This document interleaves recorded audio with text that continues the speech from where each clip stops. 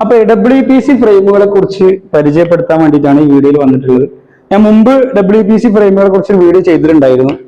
അപ്പൊ WPC frame ചെയ്തത് fit ചെയ്ത ഒരു ഡോറ് കാണിച്ചു തരാം.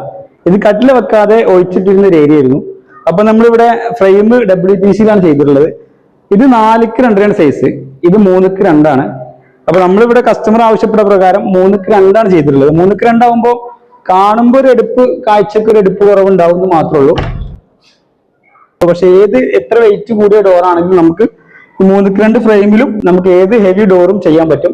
ഇപ്പൊ ഇതിവിടെ ചെയ്തിട്ടുള്ളത് സ്കിൻ ഡോറാണ്, വൈറ്റ് സ്കിൻ ഡോറാണ്. പക്ഷെ നല്ല ഹൈറ്റ് ഉള്ള ഒരു ഏരിയയാണ്. കാരണം 2 സെന്റിമീറ്റർ ഉയരമുണ്ട്. ഇത്രയും ഹെവി ഡോറായിട്ട് പോലും നമുക്ക് WPCയിൽ 3:2 തിക്നെസ് വരുന്ന, ഈ കനത്തിൽ വരുന്ന തിക്നെസ് വരുന്ന ഫ്രെയിമിൽ നമുക്കിത് ചെയ്യാൻ കഴിഞ്ഞിട്ടുണ്ട്. വേറെ പ്രത്യേകത എന്താണെന്ന് വെച്ചാൽ, സാധാരണ മരം പണിയെടുക്കുന്ന പോലെ മരത്തിൽ എന്തൊക്കെ ചെയ്യാൻ പറ്റും അതേപോലെ നമുക്ക് തുളക്കാൻ പറ്റും. ഈ ഫ്രെയിം നോക്കി അറിയാൻ പറ്റും. ഇതിന്റെ മുകൾ ഭാഗത്ത് തുളച്ചിട്ടാണ് ഇതിനകത്തേക്ക് ഫ്രെയിം കൂട്ടിയിട്ടുള്ളത്. നമുക്ക് മരം ചെയ്യുന്ന അതേപോലെ ചെയ്യാൻ പറ്റും.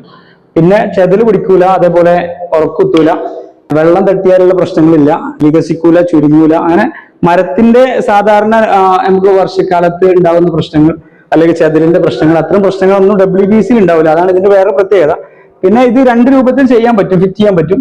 ഒന്ന്, നമുക്ക് സിമ്പിൾ ആയിട്ട് 45 ഡിഗ്രി കട്ട് ചെയ്തിട്ട് ചുമരിലേക്ക് സ്ക്രൂ ചെയ്തിട്ട് പിടിപ്പിക്കാൻ പറ്റും. അതാണ് ഒന്ന് എളുപ്പമുള്ള രീതി. പക്ഷെ ഇങ്ങനെ ചെയ്യുമ്പോൾ നമുക്ക് ഒന്നുകൂടി ഒരു കൂട്ടിപ്പിടുത്തം ഉണ്ടാവും, ഒന്നുകൂടി ബലത്തിൽ ചെയ്യാൻ പറ്റും. ആശാരിമാര് പണിയെടുക്കുന്ന പോലെ, മരത്തിൽ പണിയെടുക്കുന്ന പോലെയാണ് ഇത് ചെയ്തിട്ടുള്ളത്. അപ്പൊ അതുകൊണ്ട് തന്നെ ഒന്നുകൂടി നമ്മൾ സാധാരണ 45 ഡിഗ്രി കട്ട് ചെയ്തിട്ട് ചെയ്യുന്നതിനായിട്ട് ഒന്നുകൂടി ബലത്തിലാണ് ഇത് നിൽക്കുക.